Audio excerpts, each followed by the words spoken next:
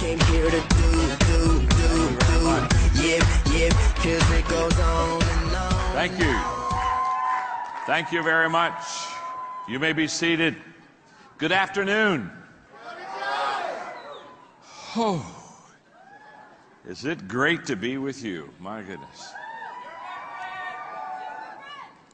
You, I know you know this, and you've been here for the last few days at the convention, so I know you know this. But you happen to be part of an incredible organization. Do you understand that?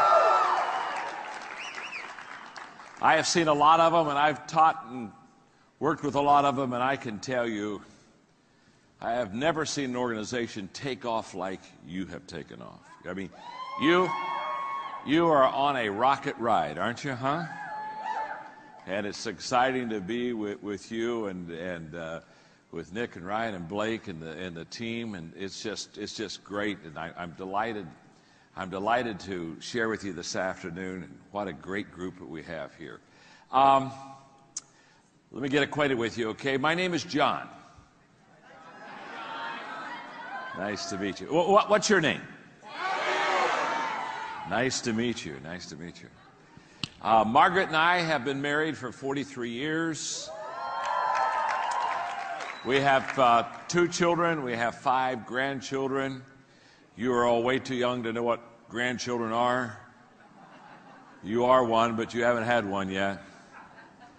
But let me just explain this to you so when you have grandchildren, you'll understand this. Grandchildren are God's gift to you for not killing your children. Trust me. How many of you have teenagers? You have any teenagers? All right, okay. I just want to speak on behalf of your teenage children. Let them live. Because there are days, aren't there days when shall I let them live? Let them live, because if you let them live, there'll be a day they give you a grandchild. And when they give you a grandchild, you'll hold that baby in your arms, and you'll say, my goodness, this is the smartest, most beautiful baby in the whole world. And nobody has to tell you, you know that. And then you'll ask yourself a question. You'll look at this beautiful grandbaby and you'll say, why did intelligence skip a generation? I was at a large convention speaking, and I told that story, and I forgot my son Joel was in the audience. And so I was done. I walked back to the green room, and he was waiting on me. I mean, he was waiting on me. And I said, Joel, about the grandchildren, that little story, I said, I was just kidding, about intelligence skipping a generation. He said, no, Dad. He said, it's okay. In fact, he said, I think you're right.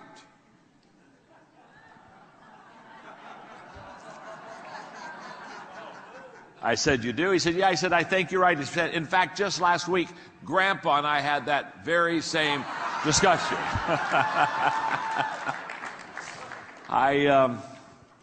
I brought this with me. I want to read one more quick thing, then we're going to have some fun and learn a lot about leadership today.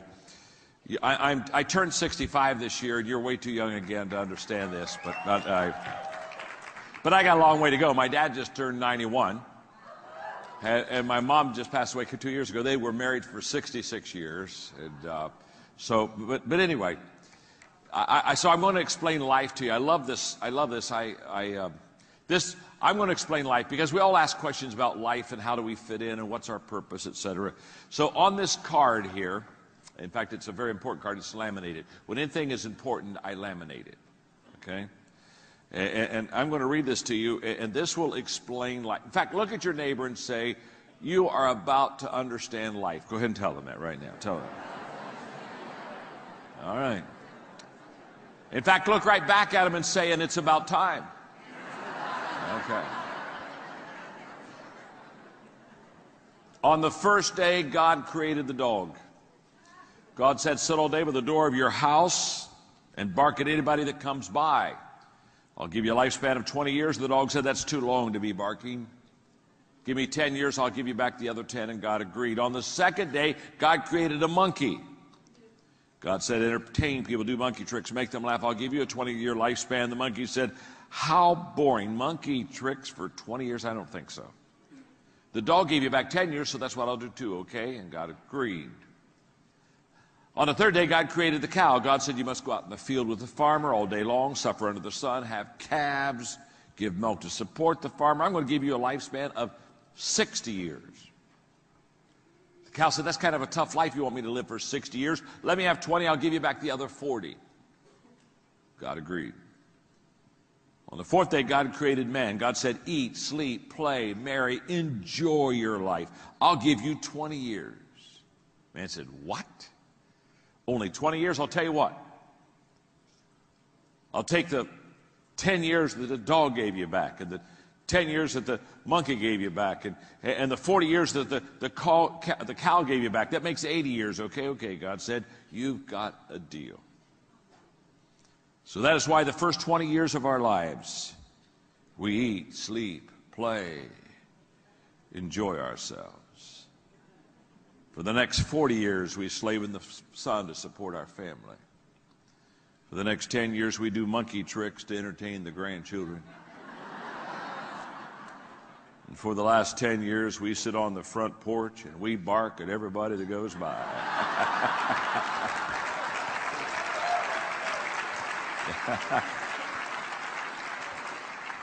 You've just had life explained to you. I was on the phone. I was up in San Francisco. I was doing some work with Condoleezza Rice, and we were doing some video shoots and things. And yesterday, or I guess it was the day before yesterday, I got on the phone with your leaders, and we talked about this meeting today, this time. And after talking to them and hearing from them, and again, I want to say what a great company you have, what great leaders you have. I know leaders. And I say this I say this with reflection. As I've met your three guys, they are the finest, sharpest young leaders that I have ever met. That's a fact. That's a fact. That's really a fact. And trust me, I meet a lot of leaders, and I hang with a lot of leaders. In fact, I just kind of do that for a living. And I'm looking forward to this year. I was just talking to all three of them back there for a moment, and this year I'm going to have the privilege of spending the year with them in a mentoring relationship, and I'm very excited about that. I am. I'm very excited to be able to pour what I know and what I've learned in my life into them, and they're so good. They're so eager already. So that's fun. So we were talking on the phone, and when I finished talking to them, I did what I do often. I travel, do a lot of speaking. But I literally, I just wrote out my lecture. I've never given this before, okay? I just sat down and I said, I know exactly what I want to teach you. And so it's kind of fresh. It's new. It's not a sugar stick, okay? It's just what I know that I think you need to know that will help you be a better leader, to be more successful, because my desire is to really take you to a whole new level leadership-wise. And so what we're going to do, let's call this teaching, since I've never given it before, let's call this teaching the Rule of 5 for leading. The Rule of 5 for leading. And in a moment I'm going to explain to you how the Rule of 5 works, which is in itself tremendously life-changing. But what I'm going to do today is I sat down. I was up in San Francisco doing some writing for the last 2 days on another book. And I sat down and I wrote this out. And I want to give this to you. So I want you to look at the person you're beside and say, John's never done this before, okay? John, he says, he's never done this before, okay? And tell that your neighbor, and he's doing it for us because we're special, okay? We're special, okay?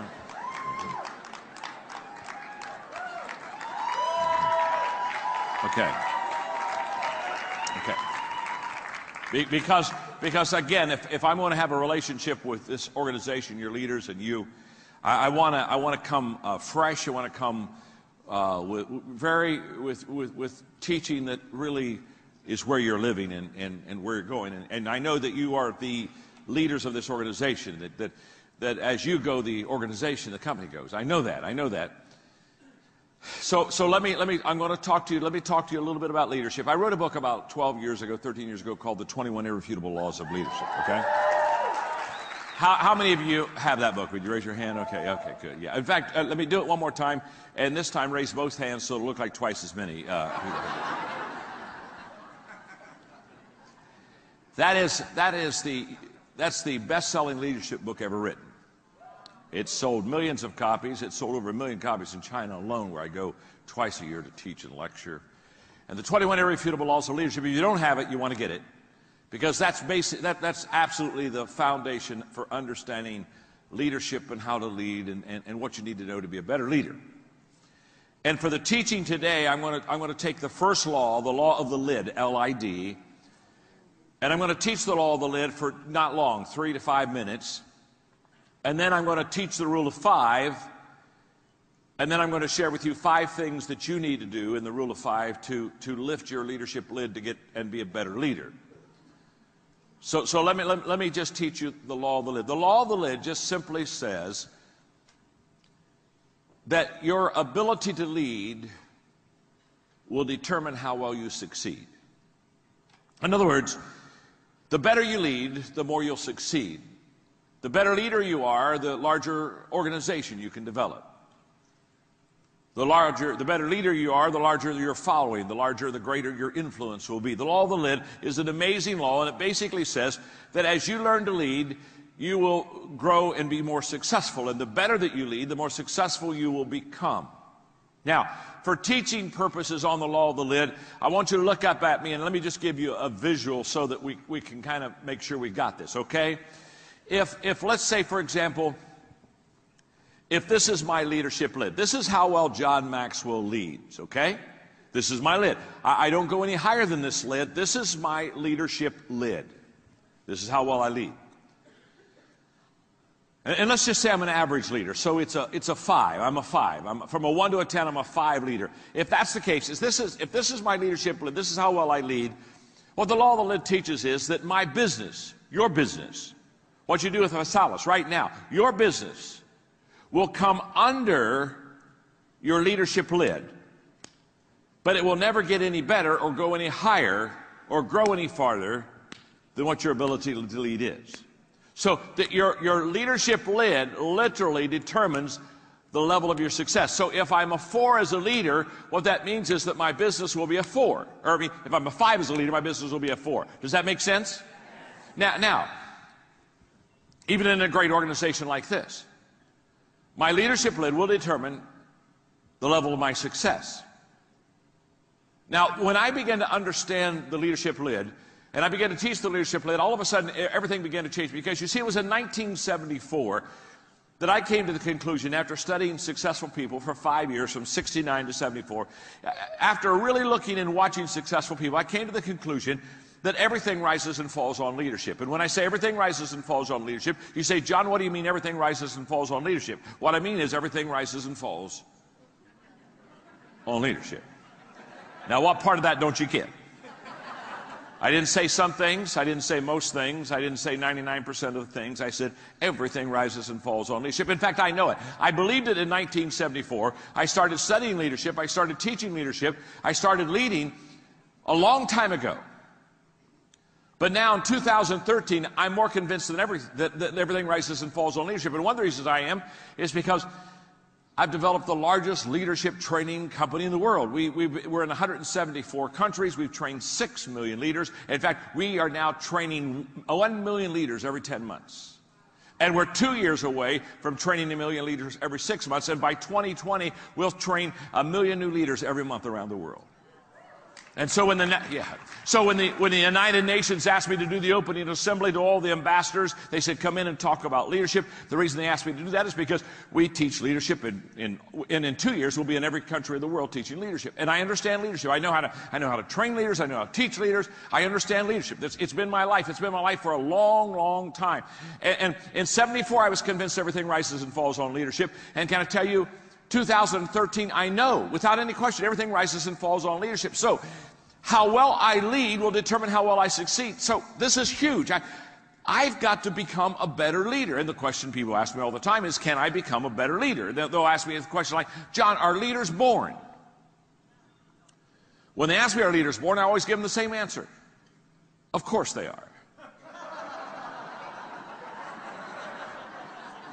Come on now, think of that question for a moment, huh?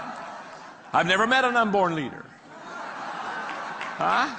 Hey, don't particularly want to either, thank you very much. So when they ask me, are leaders born? I know what they're not really asking, are they born? What they're really asking is, are there some people when they're born, they got it? And some people when they're born, they don't got it. And if you got it, you go to the front of the line. If you don't got it, you go to the back of the line. That's what they're asking. And I've got great news for you. And I do believe, I have no question about it, that there are some people that are born with what I call leadership leanings. No doubt about that. Just like some people are born with kind of a musical leaning. No doubt. But the great news is, because I've done this for so long, and I've done this with so many, over such a long period of time in every country of the world, what I know is you can learn to lead. You can learn to lead. You can learn to be a better leader than you are right now. You can grow as a leader. In fact, look at the person you're sitting beside and say to them, even you can learn to lead. Wow. Isn't that amazing? You weren't sure about that person, were you, huh? You weren't sure they could really learn, but now you got to even they can learn to lead. Now, let's go back to this law. If I'm a 5 as a leader, that means my organization will be what? Talk to me. A 4. Okay, here we go. Because the leadership lid won't allow it to go higher. So, how do I grow my organization? This is very simple, folks. I've got to raise my lid, don't I? I've got to get this lid up, and because I can become a better leader, I can raise my lid, true? So I can go from a 5 to a 6, to a 7, to an 8, to a 9. Now, this organization is a 4. When that leadership lid starts going up, that organization goes from a 4 to a 5, to a 6, to a 7, to an 8. You see, your organization will grow to the size of your leadership ability. Now, if I were where you are and I was listening to what I just said, and I was taking notes, somewhere on my notes or somewhere on my iPad, I'd be putting a star right here. I'd be putting a rocket ship. I would be putting a sign that says, do not miss this. Because your ability to lead will determine how successful you'll be in this house, without any question. The best leaders will build the biggest business. No question. That should light a fire within you. That should spark, something should be going off on the inside right now. You see, everything rises and falls on leadership, and I've got to raise my leadership lid. And Maxwell says I can learn how to lead, and the better I learn how to lead, the bigger I can build this business. There ought to be something inside of you that says something like this: I had better learn to lead. Hello, this is an IQ test. If you miss this one, you can go home now. Visalis can't help you. God can't help you. You understand? The whole concept, the whole idea that you can learn to lead, and if you learn to lead, and the better you learn to lead, the more successful you can become, and the greater your business. This is an absolute fact. It's not a theory, it's not a thought, it's not an idea, it's not a principle, it's a fact. And the law of the lid says, the better you learn to lead, the higher you lift that lid, the greater your business can become. Now, that's the law of the lid. So the question that I have today, and as I was talking on the phone to your leaders the other day, the question I have is then, well, how do I lift that lid? How do I lift that lid? If that's the key, then John, come on, let's get that lid lifted. And by the way, you're in luck because I know how to do that. Yeah, I really do. I ain't bragging, just living it, okay? I know how to do that. In fact, look at your neighbor and say, John can help us. Go ahead and tell you. John can help us. And look at your neighbor and say, and you need John to help you. Okay. All right, okay. Now. John can help you. Trust me on this. I know how to lift the lid. Now, To help you lift the lid, let me teach you the rule of 5. Now, the rule of 5 I can teach for 2 hours, so understand, I'm going to try to do this in 3 minutes. But I can, with you, because you're smarter than these other organizations. You understand? Okay, all right. With some, it's a week conference. Okay. So, with some, a week doesn't matter. Still doesn't take. Okay. The rule of 5 is the most life-changing concept for focusing on success that I have ever taught, that I've ever lived. So I'm just going to drop it on you just enough to help you understand the 5 concept, to help you understand the 5 things you need to do to lift your leadership lid. The rule of 5 just simply says, if you have a tree in your backyard that you want to cut down, and you have an axe, if every day you pick up that axe and you go to that tree and you swing 5 times with that axe to hit that tree, put the axe down. The next day you go out, pick up the axe, swing 5 times at the tree. Put the axe down. The next day you go out, pick up the axe, and 5 more times you swing at that tree. 5 times. Every day you pick up the axe, and only 5, not 50, not 15, not 500. 5. If you swing 5 times a day at that tree with that axe every day, let me ask you a question. What eventually is going to happen to that tree? That tree is going to... Now, there's no question about that, is there? There's any doubt. You don't have to sit around the table and kind of say, do you think it will?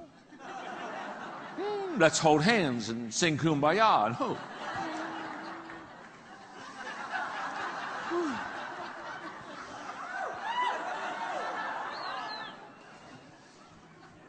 If you swing 5 times a day at that tree every day, that tree will fall. End of story. Now, if it's a big tree, it may take a couple years.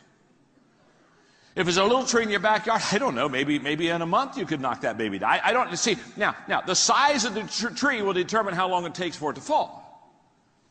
But that's not what we're debating here. What we're teaching here is if you swing 5 times a day at that tree, every day the tree will fall. Now, that's the rule of 5. The rule of 5 says, find your tree. What's your goal in life? What's your purpose? What do you want to accomplish? What do you want to knock down? Where's your axe? What are your tools? What is it that you're going to use to effectively go after that goal 5 times a day? What are you? What is it? Because whatever that is, if you use it 5 times a day, every day, you'll be highly successful. For example, I write books. So let me just put that in writing for a moment. I've written 73 books. Jason, that was a nice introduction. It's 22 million, not 19. But what's 2 or 3 million? Give a little, take a little here, a little there. People say, John, how have you written 73 books? Oh, thank you for asking. The rule of 5. You see, there are 5 things I do every day that allows me to write that many books. It's not magic. It's not that I'm brilliant. It's just that I know the rule of 5. The rule of 5. You see, every day I read. Every day I file. Every day I think. Every day I ask questions, and every day I write. Every day I do those 5 things. Every day I read. Every day I file. Every day I think. Every day I ask questions. Every day I write. Every day I read. Every day I think. Every day I file. Every day I ask questions. Every day I write. Every day I think. Every day I read. Every day I ask questions. Every day I file. Every day I write. Every day I write. Every day I read. Every day I think. Every day I file. Every day I ask questions. Yes, I can do it in different orders, but every day. Doesn't matter whether you swing the axe left-handed or right-handed. You just got to hit the tree. Every day I read. File, think, ask questions, write. Read, think, file, ask questions, write. Read, think, file, ask questions, write. You say, now, John, what do you mean by every day? This is where it gets a little long sometimes. What I mean by every day is every day. Now you say, when you say every day, do you mean, do you do that on Sunday? Every Sunday I read, think, file, ask questions, write. Do you do that on your birthday? Every birthday. Guess what? Every birthday I read, think, file, ask questions, write. Do you do that on Christmas? Guess what I do every Christmas? Every Christmas I read, think, file, ask questions, write. Do you do this when you're not feeling well? Can I tell you when I'm not feeling well? Even I'm not feeling well. Guess what I do every day? Every day when I'm not feeling well, I think, write, ask questions, do all those things. Every day. You say, every day? At the age of 17, I started filing. I've never missed a day.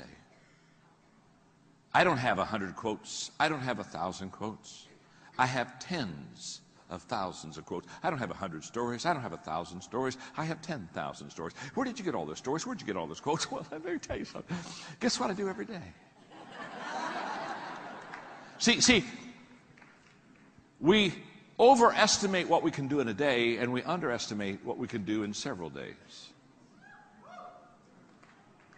And you got to understand, the secret of success is not the fact that, hey, I didn't say, hey, some days I get up and I write for 12 hours. No. I didn't say I write all day. I didn't say I read all day. I didn't say I think all day. I didn't say I ask questions all day. I just said every day. Every day. You see, doing a little bit every day is a lot more important than doing a lot someday. And most people live in someday.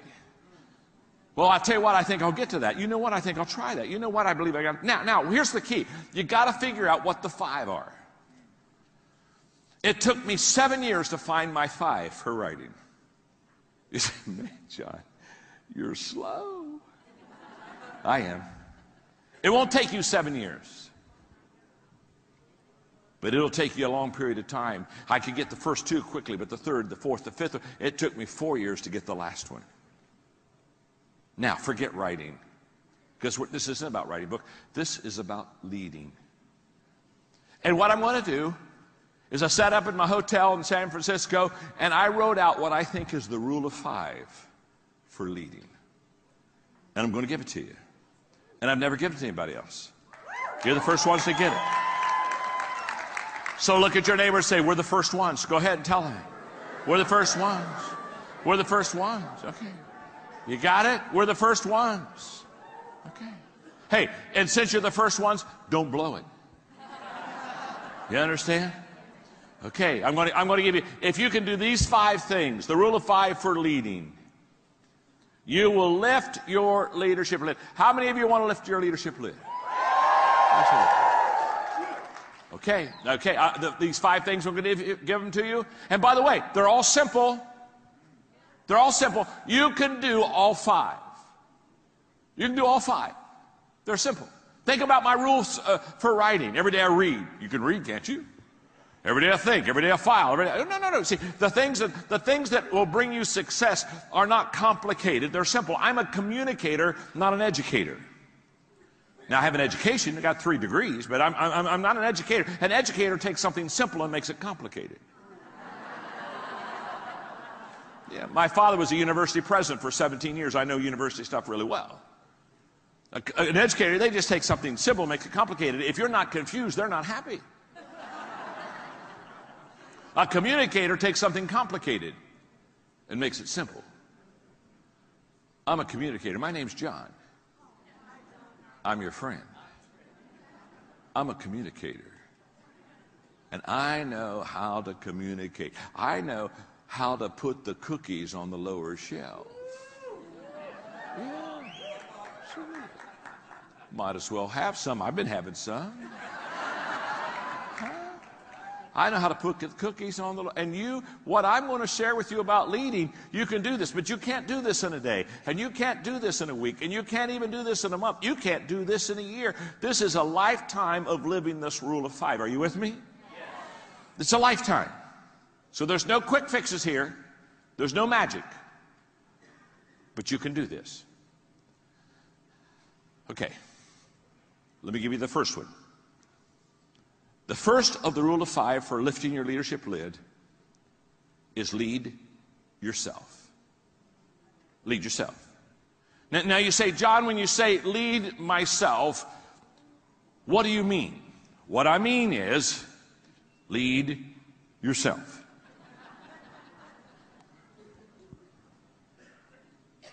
You see, when we think of leadership, we always think of someone else, don't we? We think, okay, I'm going to rule, let's rule of 5 for leading, lifting my leadership lid. All right, I got to go find some people. Got to find some people. Okay. Find some people. No. Before you lead someone else, you need to lead yourself. I was at a leadership conference, been speaking all day, doing Q&A the last session. A kid with an MBA stood up. He said, John, I love your leadership principles. My goodness. He said, I'm sitting here all day. He said, I'm an MBA student. I'm still in school. I don't even graduate till this spring. And he said, I kept listening to you, and I kept thinking, boy, I wish I had somebody to lead. I wish I had somebody to lead. I wish I had somebody to lead. I wish I had a company. I wish I had a department. I wish I had somebody to lead. He said, I don't have anybody to lead. He said, where should I start? He said, good question. Start with you. Let me put it this way. If you wouldn't follow yourself, why should anyone else follow you?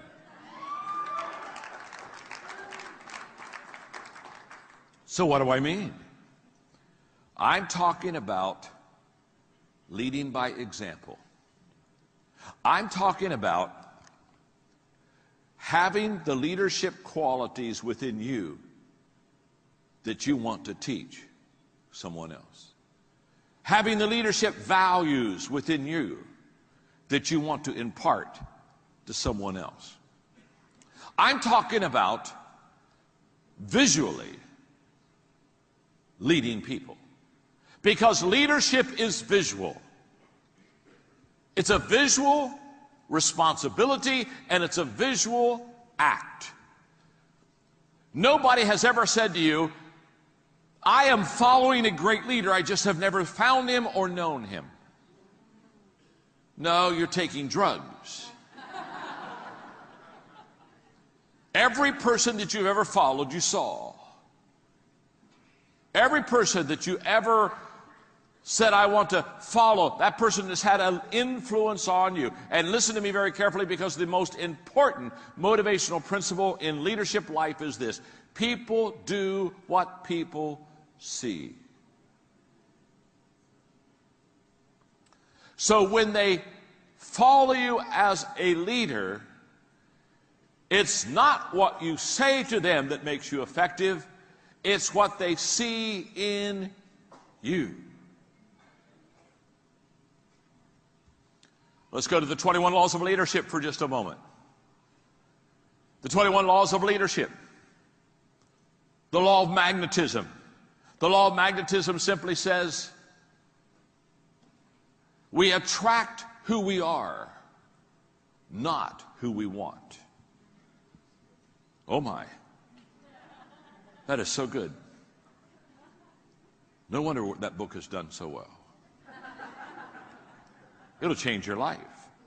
We attract who we are, not who we want. I run into people all the time, and they come to me and they say, John, I'm developing a group. I'm starting an organization here, and I'm getting people to buy in. And John, I'm all excited, and I look at them and say, what kind of people do you want to be attracted to your organization? What kind of people do you want to bring in? What kind of people do you want to recruit? And they'll say, you know what, I want people with energy. Oh, I want energy. I like energy is important. I want people with energy. And I'll tell you what else I want. I want people with a character. I want somebody who has some integrity and an attitude. Oh, I want somebody who has a good attitude. You know, okay. And they start listing all these qualities they look for. And I'll let them list 3, 4, 5. It doesn't matter. But when they get to 5, I stop. I say, wait a minute. Hold it. Okay, you want somebody with energy? Yeah. You want somebody with character? Yeah. Well, I want somebody with good attitude. Yeah. That's what I want. That's what I want. Stop. I don't care what you want. I got a question to ask you. Do you have energy? Do you have character? Do you have a great attitude? You see, if you have energy, a character, and a great attitude, guess what you attract? Birds of a feather. See, like begets, like attracts like. Oh my goodness. Oh my Before you ask somebody to follow you, make sure you have your own act together. You see, too many leaders, they're like travel agents. They send people where they've never been themselves.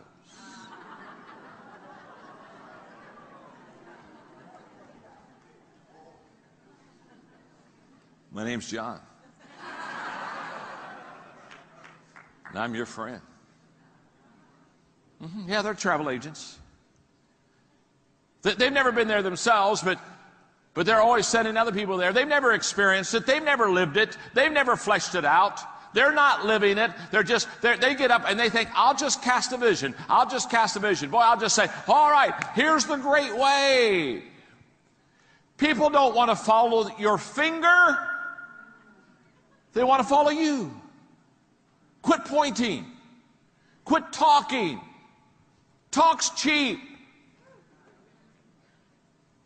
Any person that hasn't succeeded can talk.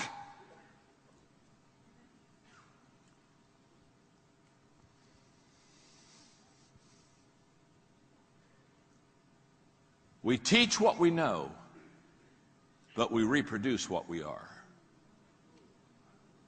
Oh yeah, it's brilliant.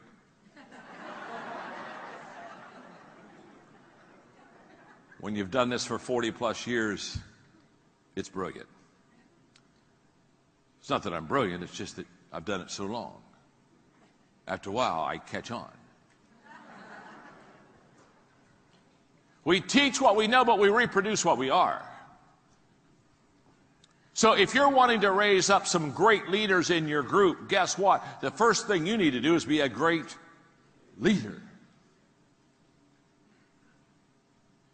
Let me explain that to you. Let me just sit down for just a moment. At my age, it's a highlight. Let me just sit down for a moment and let's go back to the law of the lid. Remember when your lid was a 5, what was your company going to be? It was going to be a... Absolutely. The lid says you can't have a 6, you can't have a 7, you can't have an 8, you can't have a 9. You're a 5 leader. A 5 leader doesn't have 7s. A 5 leader doesn't have 8 companies. 5 leader doesn't have 9. 5 leaders have 4 companies.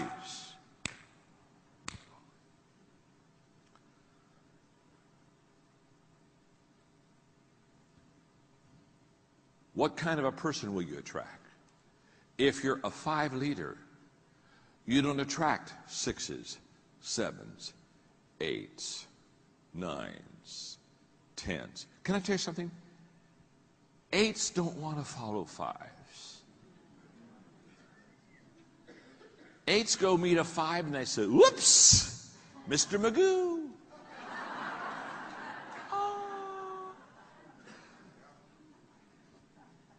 So how do you attract better people? Lift your lid. If you're a 5, you get 4s, 3s, 2s, and 1s. If you're a 6, you get 5, 4s, 3s, 2s. If you're a 7, you get 6. If you're an 8, you got this?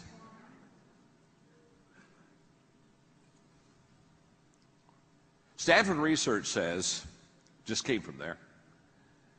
Stanford research says that 85% of everything you know, you learn visually.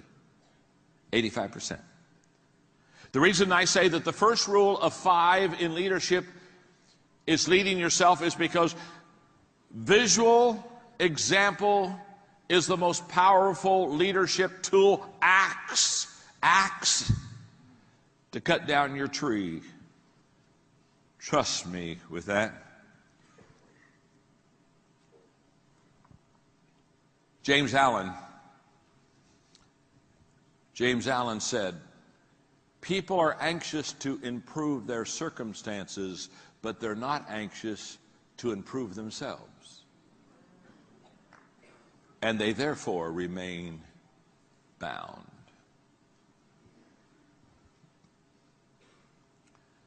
The first person that you should teach leadership values to is you. The first person that should flesh out leadership is you. The first person that makes the decision to go forward is you. Lead yourself. I will promise you, start there. Start small. Start with you. When I was 25, I made a very important leadership decision that literally has changed my life. When I was 25, I made a decision that as a teacher, I would never teach something that I didn't 100% believe. And what that meant was I did a lot of things, I had a lot of subjects I didn't teach on. Are you with me? But I realized that the power, the life change, the passion, all comes out of living it yourself. And once you start living it yourself, it is so amazing how people will begin to follow you. So don't leave this conference and go back and say, oh, let me tell you what I learned. No, don't tell them what you learned. Show them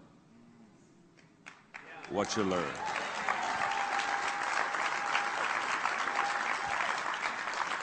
My mentor for many, many years, John Wooden, used to say to me, John, I would look at my players at UCLA and I would say to my players, don't tell me what you're going to do.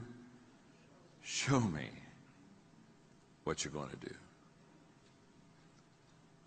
Number one on the rule of 5 for lifting your leadership lid is lead yourself. You got that one, don't you, huh? I can tell you got it. You are the smartest crowd I've talked to today.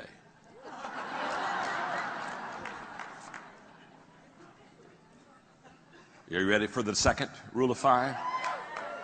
And by the way, every day, what do you do? Every day I what?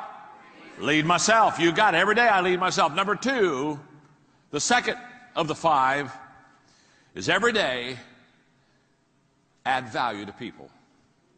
Every day. Every day add value to people. When I was 27 in Dayton, Ohio, I listened to Zig Ziglar, my wonderful friend who passed away about a month ago. What a precious... When you talk about somebody living his message, Zig lived his message. I knew him well, played golf with him, been on trips with him. We've spent a lot of time together. What he said is what he lived. What a great, great man. And I remember Zig in that wonderful Mississippi drawl as he'd walked around the stage in Dayton, Ohio, and he said what you have heard too, if you'll help other people get what they want, they'll help you get what you want. And that day my life was changed because as a young leader, I wasn't helping people get what they want. I was asking people to help me get what I wanted. I was saying, hey, listen to my vision. Look, here's where I'm going. Hey, look at my train. Hey, get on my train. Hey, let's go on my trip. Let's go on my journey. Hey, let me tell you. And I was trying to get people to come my way. And that day, everything changed when he basically said to me, John, leaders focus on others first. They focus on what is your dreams and what would you like to accomplish and what do you love? What's your passion? It changed my life. And from that time on, I said, okay, I'm going to be a person that every day adds value. And can I tell you, I have a practice I've done for 35, 40 years. I did it this morning. Woke up in my hotel. And I thought of you, and I thought that I'm going to be able to teach you today, and I'm going to be able to spend some time with you. And I began to think about how can I add value to you. And I took my notes that I'd written yesterday, and I went through them again, and I looked at them. I said, okay, where can I help them? What can I do that'll really lift them? How can I add value? See, every morning I ask myself, who can I add value to, and how can I add value to them? Every morning. And every evening I ask myself, did I add value to that person, and how did I do it? Every morning, who can I add value to and how can I do it? Every night, did I add value to that person and how did I do it? Every morning, who can I add value to and how can I do it? Every night, who did I add value to and how did I do it?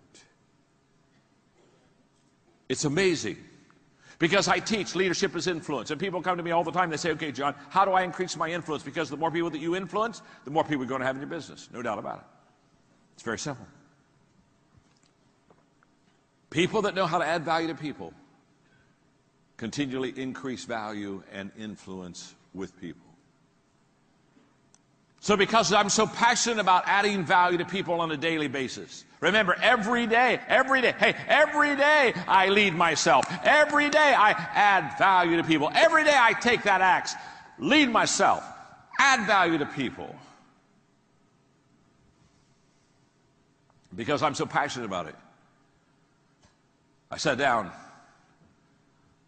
a few years ago and I asked myself, okay, how do I add value to people? And I came up with 3 things that I want to pass on to you quickly. I add value to people, number 1, when I value people. You got to value people, friend. You got to really love people. Don't be like Charlie Brown one time who said, you know, I love mankind. It's people I can't stand. You got to value people. You see, if I don't value you, I'll take advantage of you.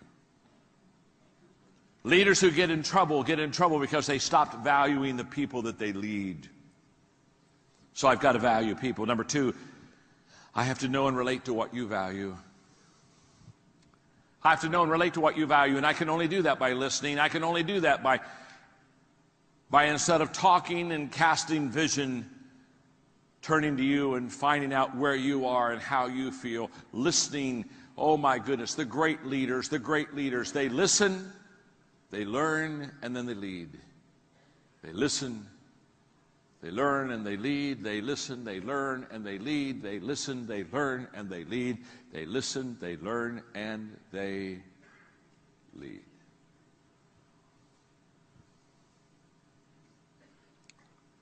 If I want to add value to you, I have to value you. I have to know and relate to what you value. And number 3, I have to make myself more valuable. If I'm really going to add value to you, guess what I have to do? I have to keep getting better, don't I? Because if I don't keep growing and if I don't keep getting better, it's impossible for you to keep growing, and it's impossible for you to get better. And you see, in this business, you got to keep learning. You got to keep growing. I watch people in this type of work, and they get to a level, and they just kind of plateau, and they get satisfied, and they stop growing, and they just kind of live off the level they're on and live off the land. Listen, the only way that you can be valuable to somebody tomorrow is learn something new today. When's the last time you learned something for the first time? This whole process of learning and growing and developing. But every day, add value to people. So when I was in the San Francisco airport getting ready to get on the plane this morning, the lady behind the counter, when I got me an iced tea to drink, I asked her how her day was going, and she started talking about her 3 children and how she was going to leave work as soon as she could to help them get into school. And I listened to her for a moment and smiled and told her I thought she was a good mama. Paid $1.50 for my iced tea and gave her a $20 tip. Listen to me, I want to tell you something. When leaders stop valuing people, they should stop leading people.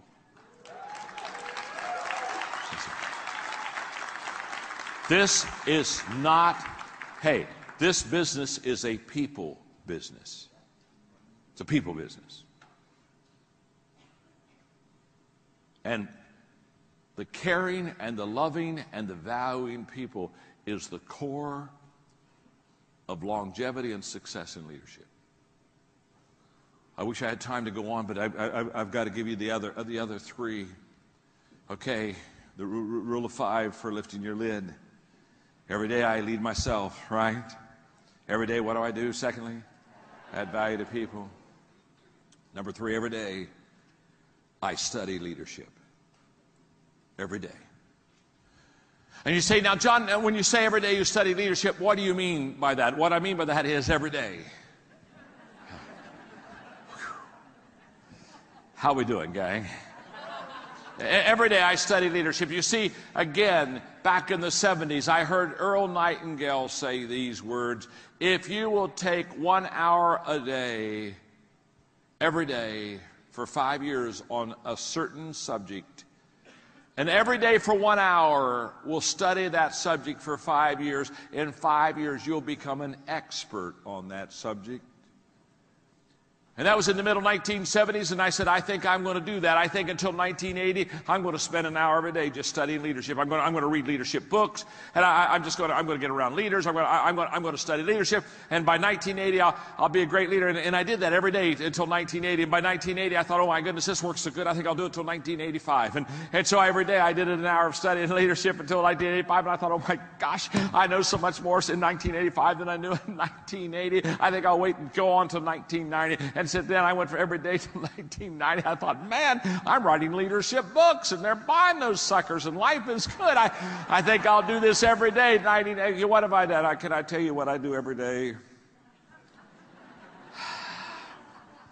Every day.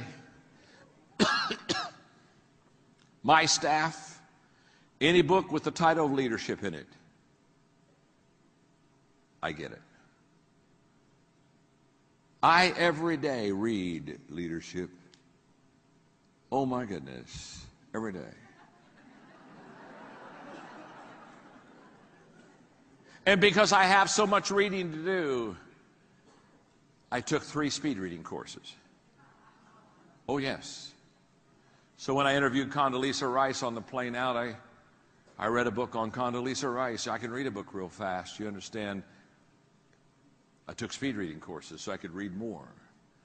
Now, speed reading didn't increase my comprehension, but speed reading lets me get to where I need to get to so I can slow down so I can understand it.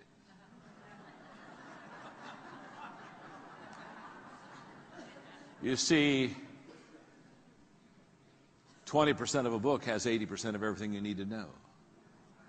Now, there are some exceptions, my books, for example.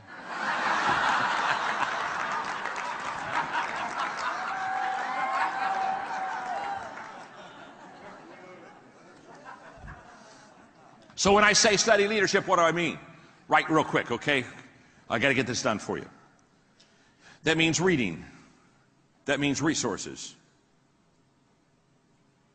You see, in 1973, when I realized I needed to develop a personal plan for growth and I didn't have one, and I didn't know how to develop one, Success Motivation Institute out of Waco, Texas had a kit that I could buy for $795 that would help me to personally grow, and that kit cost me 1 month of my salary.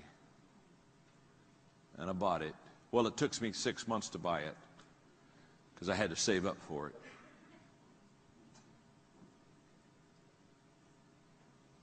Most of my life, I have belonged to at least 7 CD clubs on leadership. Resources. Learning lunches. Every month since 1982, I've set up a lunch from somebody. I buy the lunch, I don't even eat. I just ask questions. Somebody that's smarter, faster, better than me. And I just ask questions. I call it my learning lunch. Do it every month. Oh, I wish if I had 20 minutes, I'd teach you what I just learned. Oh, I would just teach you what I just learned in a learning lunch I had 2 weeks ago. But I don't have time. Events. Going to events. Leadership events. Margaret and I started visiting presidential libraries because I love history and I love leadership. I've now been to every presidential library in America and studied it. I just constantly immerse myself in leadership events. I've already talked to you about filing. I file every day leadership thoughts, quotes. If I pulled out my iPhone right now, I could give you 36 quotes that I've picked up in the last 2 or 3 days that I filed, and I just keep them in there, and I just keep reading them. I keep working, and I just keep reading them until I've got them, until they're mine. Study leadership. I do hope. I do hope I'm lighting a fire for you, because I'm telling you, your leadership lid will determine how high you're going to go in this business, and I'm going to promise you, you can't increase your leadership without studying leadership. So every day I lead myself. Every day I add value to others. Every day I study leadership. Are you with me? Yes. Number 4, every day I practice leadership. I practice leadership every day. I not only study leadership, but I practice leadership. I shared with you about my organization, Equip. the largest leadership training organization in the world. You say, John, how did you, and by the way, we did that in 16 years. How did you develop the largest leadership training organization in the world? It's very simple. When we train leaders, we go in for 2 days and we have a leadership workbook and we take them through the leadership principles. And then at the end of the 2 days, we give them 10 workbooks. And we said, we'll be back in 6 months for the next session. In the 6 months we're gone, you take 10 people and you train them what we trained you to do. And they can't come back for their second training until they validate that they've trained 10. You see, a long time ago I learned I'm not about to train somebody how to lead that isn't going to practice leadership. You see, I'm telling you, you can waste a lot of time with people who like to have meetings. But their biggest accomplishment is lighting the fire and doing a little kumbaya. The whole idea of not only knowing how to lead, but practicing your leadership. Malcolm Gladwell, who's a wonderful friend of mine, read some great books, Tipping Point, etc. Malcolm is the first guy to say that if you want to be highly successful in doing something, you have to do it at least 10,000 times. He gives examples, the Beatles, all these groups that made it big. When people say, oh my, they just made it big, they'd just done it. Practice.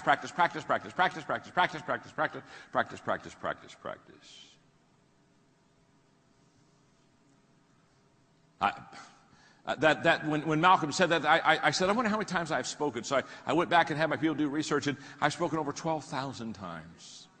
So people say, John, you walk out on stage, you take your water, you stick a cough drop in your mouth, you sit on a chair and say, my name is John, I'm your friend. You don't look nervous. It's like you're having a conversation with us. Well, I'm having a conversation with you. Absolutely, and I'm not nervous. I'm not nervous. I've done this 12,000 times. You say, oh, John, you look so natural when you do that. Of course I'm natural. I've done this 12,000 times.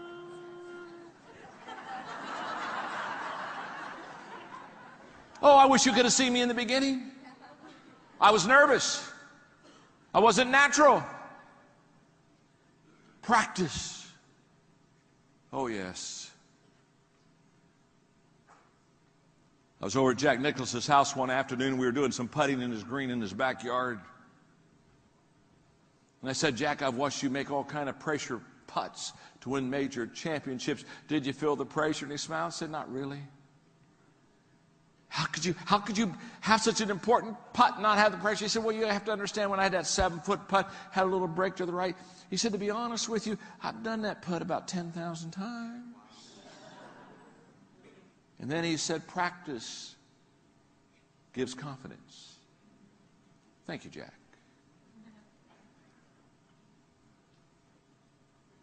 The rule of 5 says you got to practice leadership. Oh, I wish I had time. Okay. I don't have time, so I'm going on. Because the last one's important.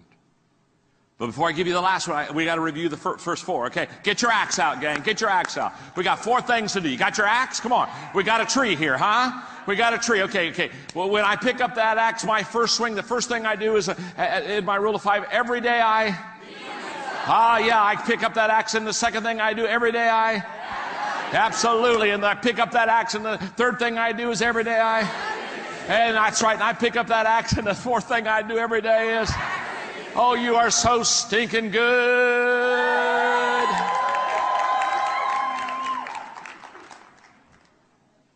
Every day, number 5, I intentionally grow. Every day. Every day I intentionally grow. Oh my goodness. Every day I intentionally grow. This is huge. If you'll just hang with me, can you give me, if you'll just give me, can I have 5, if I have 5 more minutes, okay? 5 more minutes, okay. No, there are other things on the program, and I'm not wanting to disrespect anybody or the program. So if you could just, okay. So just, this is important right here. This is important because every day I intentionally grow. Are you with me? Yes. In 1977 I wrote this. It's laminated. Yeah, it's my prized possession.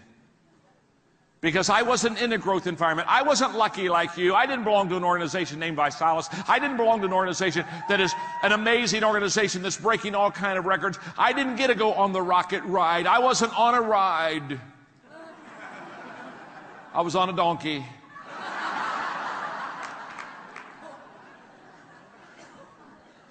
And that ass wasn't going anywhere. My organization's theme song was, "I shall not be moved." And they weren't. And all of a sudden I decided I wanted to be a success, but I didn't have peers like you to help me be successful. I didn't have leaders like you have to help me be successful. I didn't have an organization like you have to be successful. I didn't have strategy like you and training like you to be successful. I didn't have any of that. And so I'm a kid, and I said, I want to be successful. And I knew that I had to create a growth environment, and I wasn't in a growth environment. And so how do I create a growth environment when you aren't in a growth environment? The people that I was with, their idea of progress was moving backwards slowly.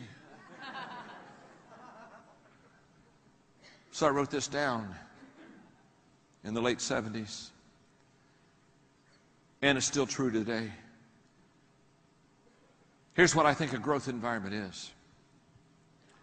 A growth environment is a place where others are ahead of me. In other words, I want to be around people that are better than me. I want to be around people that are more successful than me. I want to be around people that are faster than me. And that's exactly what you have in this organization. You got some pace setters, don't you, huh? You got some amazing, amazing pace setters. Let me just put it this way. When you're at the head of the class, you're in the wrong class. That's good, isn't it? Yeah, it is. What do you say? It's just good. My name's John. I'm your friend. A growth environment is a place where I am continually challenged. I'm continually challenged. I mean, every day I get up, I got another hill to climb. I'm not looking for the hammock. I'm looking for the hill. A growth environment is a place where my focus is forward. It's right out in front of me. It's not behind me. It's not the good old days. It's not yesterday. A growth environment is a place where the atmosphere is affirming, where the people around me, they're encouraging me. Encouragement is the oxygen of the soul. A growth environment is a place where I am out of my comfort zone. In other words, I'm telling you, I'm taking virgin territory. I'm going places where I've never been before, and I'm not one bit comfortable. I'm nervous, and I'm excited, and I'm stretching, and I'm praying, and I'm holding on, and I'm just, oh, help me, help me, help me. Help me, Rhonda. Help me, Rhonda. Help.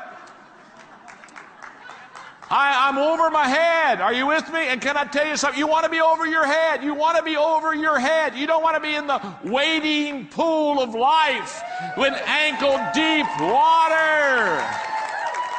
Get over your head. And by the way, when you're over your head, it doesn't matter how deep the water is. You're over your head.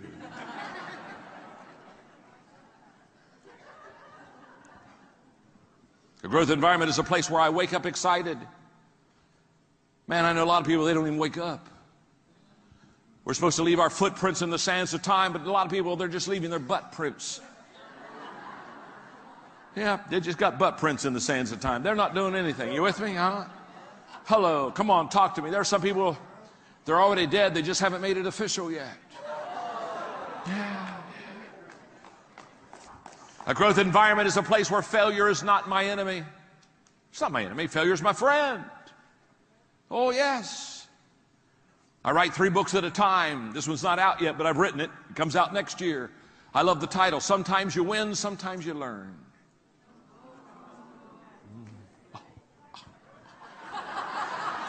It's good, isn't it? That's good. It really is. A growth environment is a place where others are growing. Some of you, I've seen some people, they win the race, but it was because no one else was running.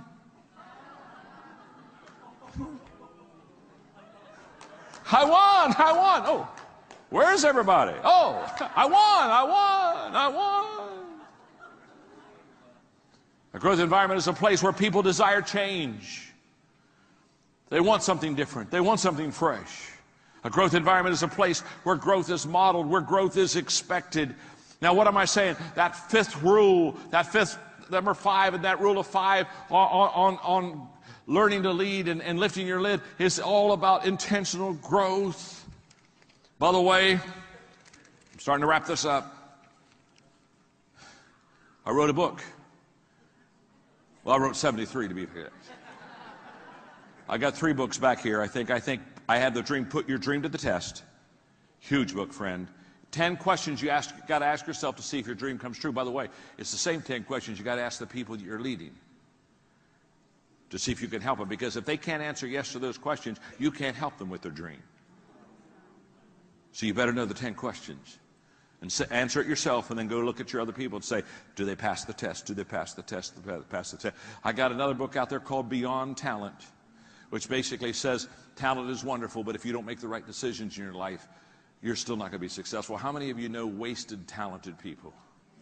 Just gifted, talented, going nowhere, doing nothing. Talent is never enough. Beyond Talent. And the third book is the book that just came out in October, The 15 Laws of Growth. Now, okay, I'm curious, how many of you have the 15 laws? Let me see if your hand now. Okay, now, that's a lot of you. I want to tell you something about that book. For the whole month of October was #1 on New York Times bestseller list. #1. And I'm going to tell you why. I know how to grow me, and I know how to grow you, and I've been doing it since the middle 1970s. And these 15 laws, I promise you, listen to me, that this will become the Bible for your success, the 15 laws of growth. I promise you. It'll be what you read, it'll be what you give to others, it'll be what you teach others, it'll be what you pass. And by the way, I'm going to go out there in a few minutes, and when you have your break, I'll sign, okay? I'll sign. I'll be out there. Okay, now, I got to close. You've been so super. I'm done. Well, I got one quick story, but I am done. Some American tourists were in a very small, quaint European village. And it was, the old buildings were old, and they became quite nostalgic, and they just thought about the greatness of this little town. And they saw an old man that was sitting on a parked bench.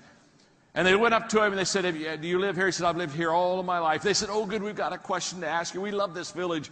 He said, what's the question? He said, have any great men been born in this village? The old man on the bench said, no, only babies.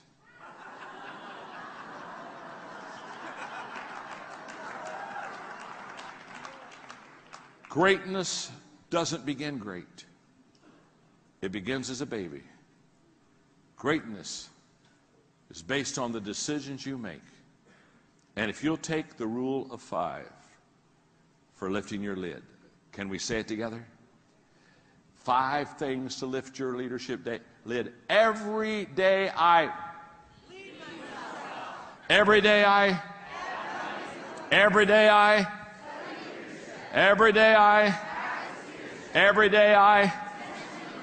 Thank you very much. Swing the axe. Swing the axe.